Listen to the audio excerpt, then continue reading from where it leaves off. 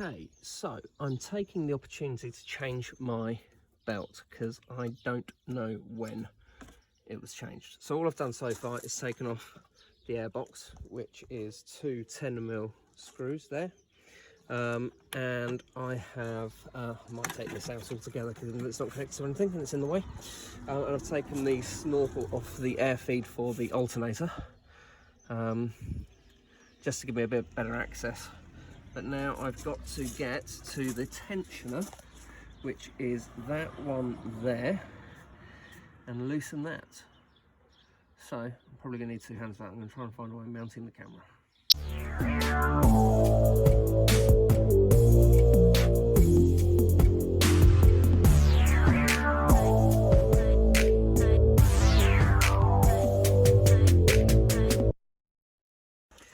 There we go. So it's a 16mm nut in the tensioner in there to get that off, and you go on the clockwise to loosen the tensioner. My belt actually doesn't look in too bad a nick. However, there are no markings on the top of it, so I don't know how long it's been on there. I haven't seen a record of it being changed, so it could be 27 years old, but I very much doubt it. But I also wanted to check. I had a bit of a squeak, so I figured it was probably on its way out, and I wanted to check things like the alternator. But that, no rattles from that. The power steering pump, no rattles from that, so I'm pretty happy actually. And yeah, so just going to get the new one out, chuck it on, and try and record that one so you can see how it is, because you do have to unthread it around the fan, although that's something that at some point I am looking to delete and put an electric fan on, but I'll do that when I do the turbo kit. Here we go. So you need to make note of the route it takes, but it is quite easy. So first of all, thread it back on around the fan here. It takes a bit of finessing, especially if you don't want to damage your brand new belt.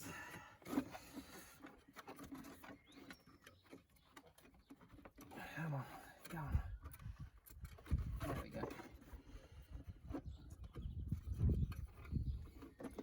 So, straight on over the top of that bad boy. Then goes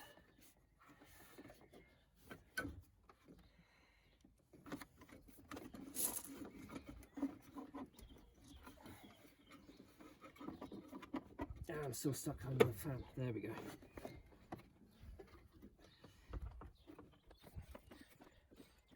Back around to touch it. No, under that. I'm twisting that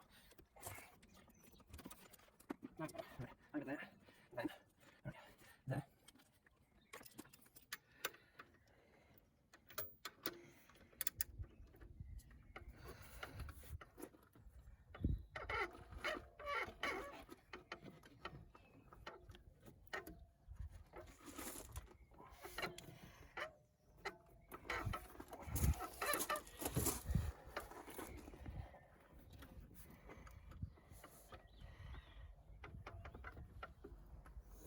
That is not good. Need to go around this side again. So.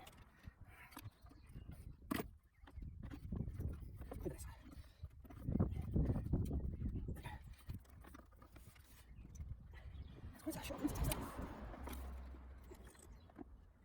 course, I can't twist it around that one.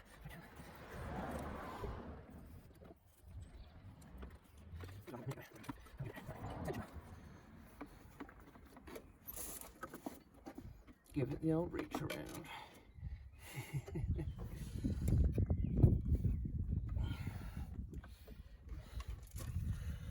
Up around the bottom, up over the top, and now I just need to get it over the fan drive, which should be a lot easier if I can do.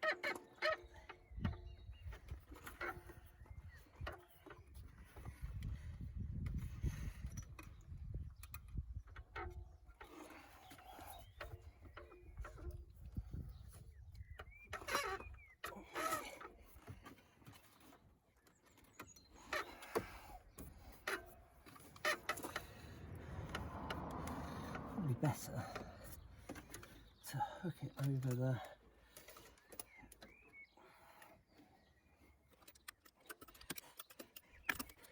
over this. Oh, okay. Come on.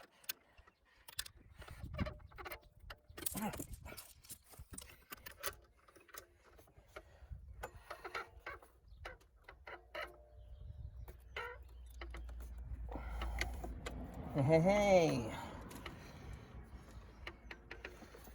Am I all lined up?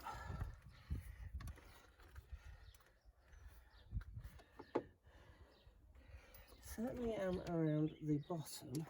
It's this one here. I can't really see. I don't think I am. No, I'm not. There we go. That got it. Yeah, that's better. Right. I guess let's just very quickly crank the engine and see. Don't want to run it for long without the airbox on.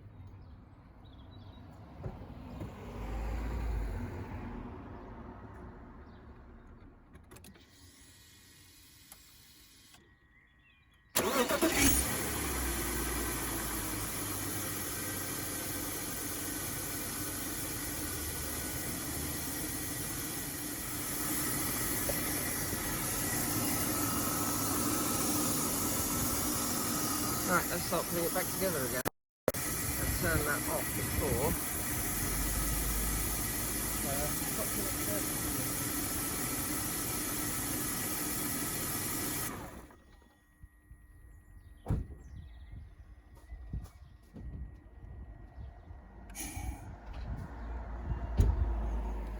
So that, in my opinion, is a pretty easy DIY fix if I can figure it out in that length of time.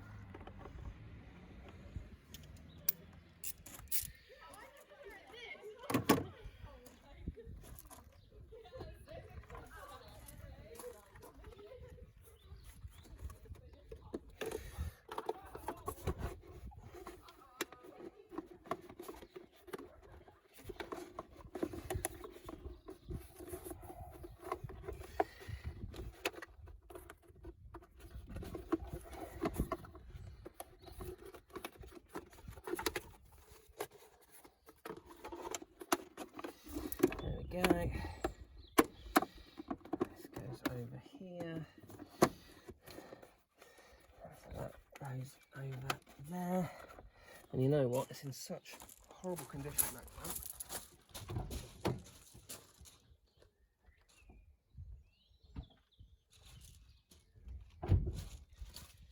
Just going to give it a little squirt of 3-in-1.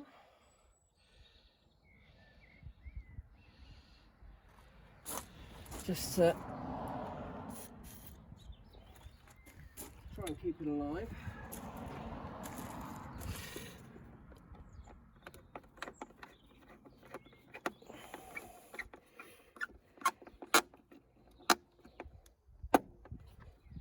That's good. Right. Next.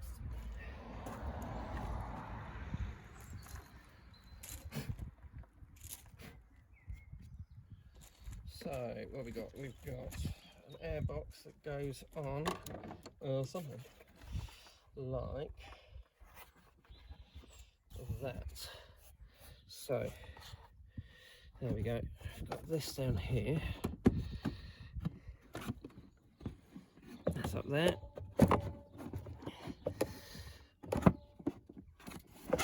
And of course, the place I've decided to mount this,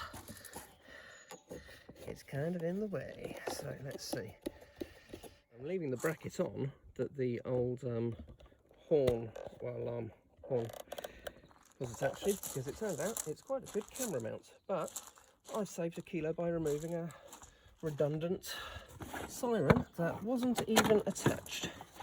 So there you go. I mean, that bad may be connected, but hey ho. This, on the other hand, is the key buttons. Now, why is that no longer lining up nicely? What am I doing? That's that right. That's there. Why isn't it going down?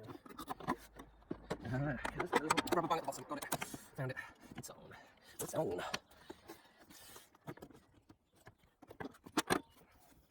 Yeah, do a little. Oh. No. And this side's now actually getting on out as well.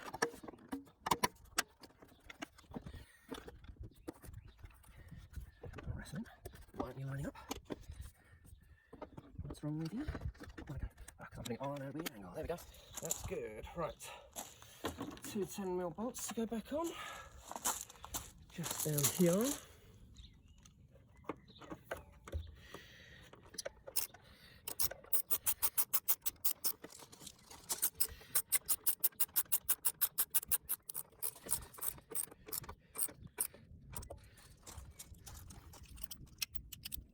Get rid of the extension, because there ain't room. You know what? Get rid of that altogether.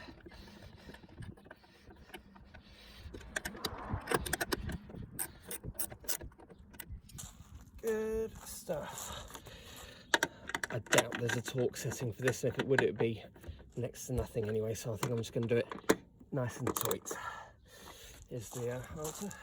Spotting a slightly loose earth cable there, so give that a quarter turn. And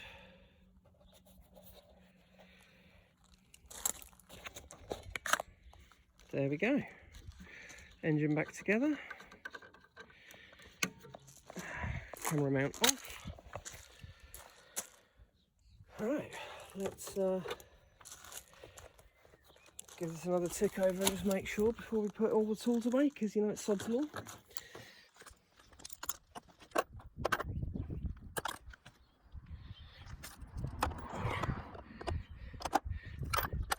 Oh, I said the redundant clips for this, which I'm chucking.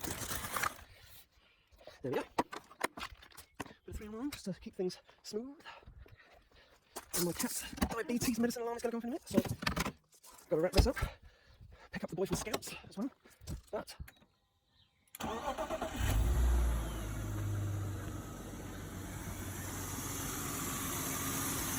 just check, is it running as it should? So, there you go. That is how you change the belts without, like all the other videos on YouTube say, getting underneath the car. Now, admittedly, I haven't got air conditioning on this car, which is good because there's no drag on the engine, which for when you want to turbocharge and get the most power. And it's a convertible. Why do you need air conditioning in Great Britain if you can take the roof down? The only time it's ever hot enough is if the sun's shining. But you might need to jack up in Great Britain, the driver's side, in everywhere else basically. Everywhere you drive on the right hand side, it'll be the passenger side you need to hop up to remove the air conditioning belt first. But there we go, belt seems to be running smoothly, can't see any issues with it. I'm now relieved that it's nice and new, because if it went, you would get some problems with big tools go away in the van, because I might need them for fitting the kitchen. Really annoying. I polished this van up nicely just last weekend, and then it just got caked in bird poo because the birds are poo. Ratchet this in so my tools don't go flying around the back of the van. Excellente. And I've got some rubbish in the van already, so might as well add this to that because that saves me using up my bin space at home. And then my little compact ratchet set, which is very useful. That stays with the car because, well, just in case, it is 27 years old and it might break down, so Haynes manual, small top oil, and ratchet sets in addition to the toolbox and stuff, useful to have. There you go, that's the back of the subwoofer, by the way, I mentioned in a previous video. So you can see it sits nicely in what is otherwise a very narrow small bit of boot anyway, so compromise a bit of space, but it does make one heck of a difference when you're talking about being able to actually hear the music. Up a little bit because it's bedded in, it's Doing alright. How are we doing for water temp? Slowly rising. Not too bad. Just to give you a little tour. Relatively clean side. That is my pet peeve. That tweeter shroud, which is broken, and I can't seem to find one anywhere. I have been looking. So if anyone has a tweeter for the upgrade stereo, but not the Harman Kardon, in the grey, not the sand grey which goes in the back, but the actual tweeter which is in the grey, hit me up. I need you. If you've got Breakers Yard and you've got one of those, please, please, please let me have it. Well, I'll pay for it obviously, but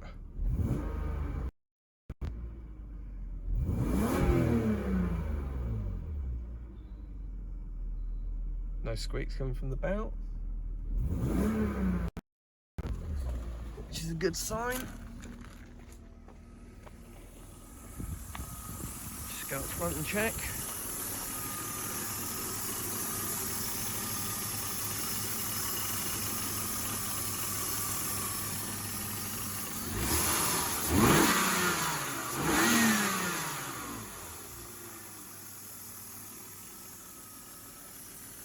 Sounds alright, I think. If you hear something that I should be concerned about, hit me up, let me know. Otherwise, there you go. Belt change on an E36 328i, but it's the same on all the 6 cylinders. Boom, boom, done. Another thing I want to do is actually hardwire this, because that cable now goes all the way up there and up to there for my dash cam. But there's a light there, which means there's power there. So I wonder if I can just take the fuse out of that, cut the cable, fuse it off up there, and then I don't have to have the cable wiring all over the place.